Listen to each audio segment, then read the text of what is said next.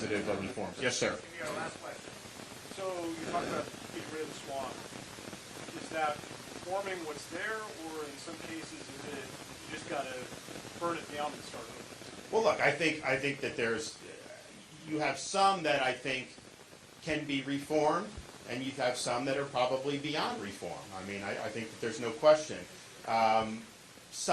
Some of the stuff you would need, so there's certain things you can do executive. We can do a lot more executive than presidents have been willing to do. We're going to use all of our Article 2 power. You're going to see right out of the gate, you're going to see a lot. And I think people are going to be really happy with what we do. Some stuff would require the Congress to do. I mean, Congress has authorized and put in statute some of the things that the federal government is doing.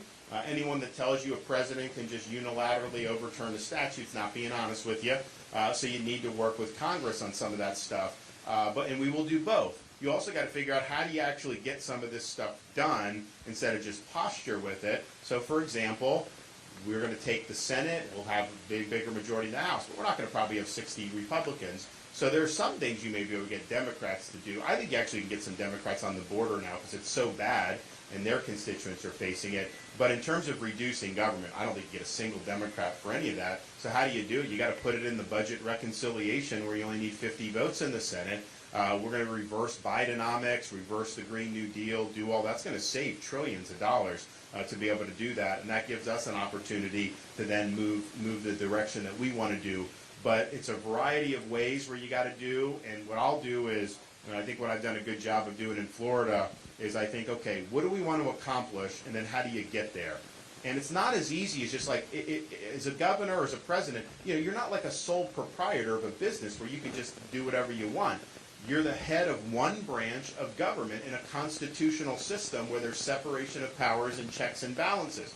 So anytime you do something, if you do something executive, there can be people that are going to try to stop that in the legislature and the courts.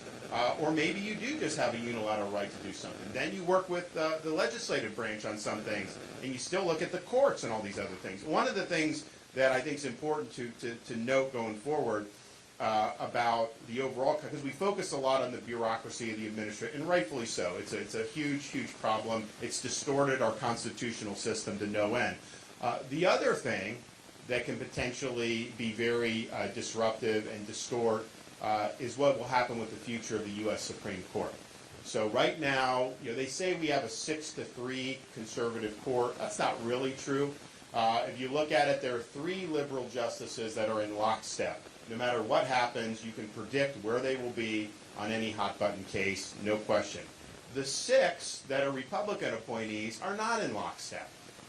You will have a Kavanaugh go left, a Roberts, Gorsuch, who was Trump's first appointee. He wrote an opinion reinterpreting the Civil Rights Act from 1964 to include transgenderism.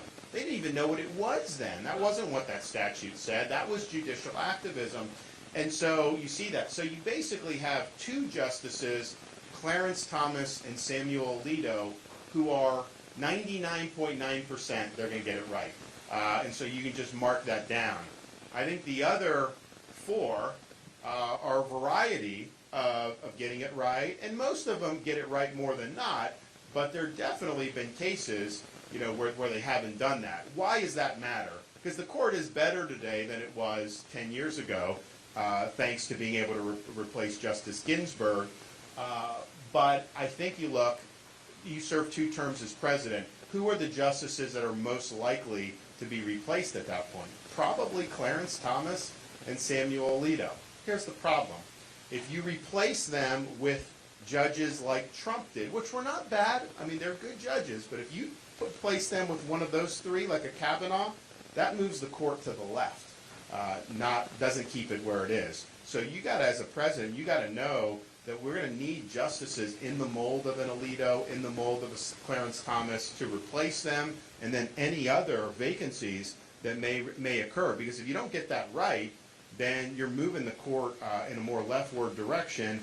And if you look at what the left is doing to the legal profession now, you look at these law schools, the people that they're producing, I mean, these are very radical. These people have a radical agenda. that's who the Democrats are going to populate throughout the court system and eventually put some of these people on the Supreme Court. And if the left is able to take control of the Supreme Court, they are going to use that to legislate a leftist agenda on the American people through the guise of constitutional interpretation and law. And it's basically amending the law and amending the Constitution. That's a huge, huge risk for our freedoms. And so if we don't get this election right, and I think I'm the guy that can do it, both win the election, but also do all this stuff, the courts and the administrative state. But if we don't do that, you're going to have freedom under attack by a runaway bureaucracy, which is only going to get worse, and probably a Supreme Court that is going to end up having a functional liberal majority, within the next 4 to 8 years. And so Katie barred the door